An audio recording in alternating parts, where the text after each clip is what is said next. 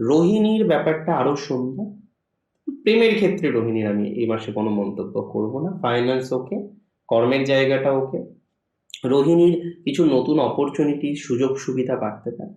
রোহিণীর মানসিক স্ট্রেস কিছুটা কমে যাওয়ার যোগ কিন্তু দেখছি, এটা খুব ভালো একটা লক্ষণ রোহিণীর। রোহিণীর এই মাসে মানসিক স্ট্রেস অনেকটা কমে যেতে পারে।